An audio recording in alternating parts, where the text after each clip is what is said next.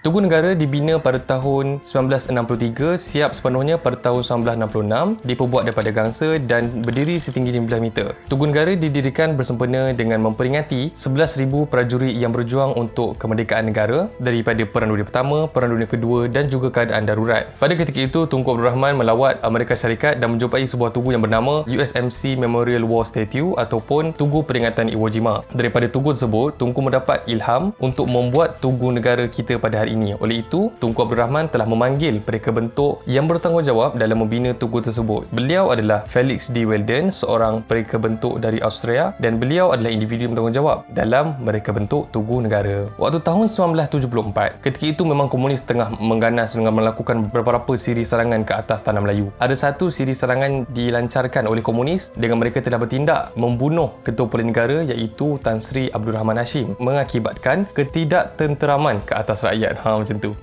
Jadinya pada tahun berikutnya, 1975, tahun berikutnya pula, mereka melancarkan satu lagi siri serangan dengan meletupkan Tugu Negara. Komunis masih lagi tak berpuas hati dengan adanya pula kita dah bina Tugu Negara ni kan. Jadinya bila tugu tu meletup, kawasan yang merasai gegaran daripada letupan itu terkena sampai kediaman Tunku Abdul Rahman yang terletak tak jauh daripada situ. Maksudnya di kediaman Tunku pun rasa gegaran akibat meletupnya Tugu Negara tu. Sekitar dalam 6 ke 7 pagi, adalah beberapa menteri-menteri daripada kabinet yang turun untuk melihatlah kawasan letupan Tugu Negara tu. Antaranya adalah Menteri Dalam Negeri iaitu Tan Sri Ghazali Shafi'i. Insiden serangan dan letupan kepada Tugu Negara merupakan satu pengkhianatan kepada rakyat dan negara. Apabila melakukan penyelidikan ke atas peristiwa pengeboman ini, pihak komunis kata, pihak komunis yang bom kan. Lepas tu diorang pula boleh bagi kenyataan. Diorang kata sebenarnya bukan kami yang meletupkan Tugu Negara. Diorang kata rakyat Tanah Melayu sendiri yang letukkan Tugu Negara atas dasar wajah-wajah patung Tugu Negara itu menyerupai anggota British. Tapi sebenarnya ini adalah satu sangkaan yang salah, kerana Tunku Abdul Rahman sendiri yang bersama-sama dengan pereka bentuk Australia tu bersetuju dengan desain Tugu Negara ini berdasarkan wajah prajurit Melayu, yang mana Tunku Abdul Rahman sendiri telah memilih secara rawak anggota-anggota askar Tanah Melayu pada ketika itu untuk dijadikan wajah-wajah yang tertera pada Tugu Negara. Komunis pun katalah sebenarnya kami letakkan Tugu Negara ni sebab tidak berpuas hati, kerana komunis kata diorang pun patut diangkat sebagai salah satu daripada pejuang Tanah Melayu. Jadi apabila kita tak mention komunis tu,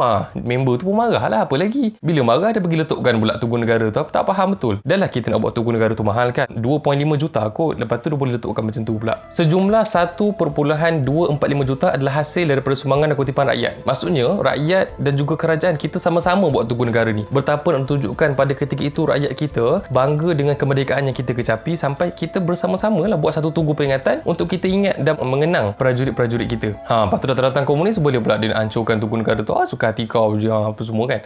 Jadinya bila Tugu Negara telah pun dibaik pulih, Tunku Abdul Rahman pun keluarkan satu kenyataan. Kita bina Tugu Negara ini atas dua kemenangan. Kemenangan yang pertama adalah kemenangan rakyat terhadap tanah air kita yang merdeka, dan yang kedua, kemenangan rakyat dalam mengusir kependudukan komunis. Bila Tunku dah mention komunis tu, barulah kasih trigger lah sikit kan.